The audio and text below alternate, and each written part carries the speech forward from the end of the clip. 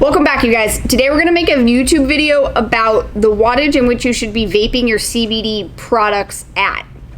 Lower wattage is much better for vaping CBD. You want to be within the range of like 5 to 15 watts at the most. The reason being is when you crank your wattage up, it's essentially just going to burn the CBD and you aren't getting any of the benefits from CBD. So you spent a bunch of money on your CBD liquid, you're vaping at 90 watts, you're burning the CBD. You might as well just throw your money in the trash at that point because you're not using it for its intended purpose, if that makes sense. The things that we recommend are pod systems. Really, any sort of pod system will do. There's a million of them on the market. Some of them have more features than others, but they're generally speaking, they function the exact same way. I've got a couple of examples here. This is the iJoy Neptune. There is no adjusting on this. It's literally you fill up your pod, you stick it in the device, and then you vape, right? There's no wattage adjustment, nothing like that, and that's perfect because it's probably only putting out 10 watts at the most, and that's about all you need for CBD. So this is a great option. The other pod system I have is called the Orchid. It's a pod, you fill this up, once it's done you throw it away. Same type of thing, except for this one you can actually adjust the wattage up or down however much you want. A really great device, but like I said, there's a million of them on the market, so any of them will work. They work about the same. What you want to stay away from are things like this huge sub-ohm coil with this huge coil head that's super low ohms and requires like 80 to 90 watts to power it to get a satisfying vape. That's what you don't want. 80 to 90 watts is way too high for vaping CBD. You burned the CBD off, so I would stay away from things like sub-ohm tanks, super low ohm coil heads, things like that.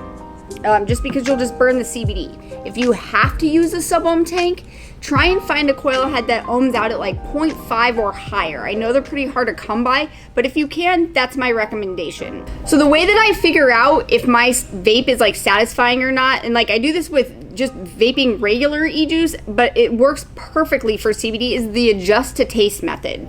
So what I'll do is I'll put some CBD in my pod, I'll crank it to the very lowest wattage possible, right? Let's say this is the lowest wattage. I believe this one is 5 watts. Let's double check. Yes, 5 watts. So the lowest wattage I can go on this is 5 ohms. So I'll put my CBD vape juice in here, prime the coil and everything, take a puff, right? Okay, I need more wattage just to power the coil, but I'm at 5 watts, so I'm still within the okay range. So I'll crank it up another 5 watts, right? Let's go to 10. Take another puff.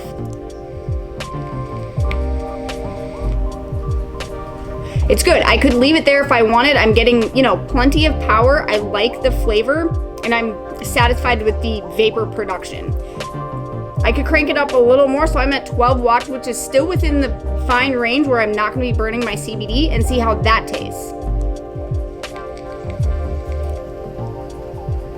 Okay, that's perfect, so I'll just leave it at 12 watts, and then every time I change this pod, I just know to put it at 12 watts because that's where it's satisfying for me. I can taste the flavor, and I know I'm not burning the CBD. So it's a really great way to dial in your preferred vape, I guess you could call it.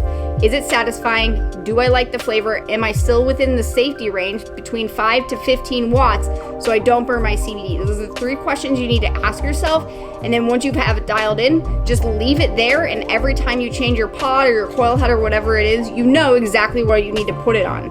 Hopefully that makes sense. Hopefully this is helpful. This is a question we get all the time. Just be aware that you don't want to go too high because you will burn your CBD and you're not getting the benefits of it. I think that's it. If you have any questions, comments, or concerns, leave them down below. And don't forget to subscribe to our channel. It helps us out a lot. And we'll see you guys again next week.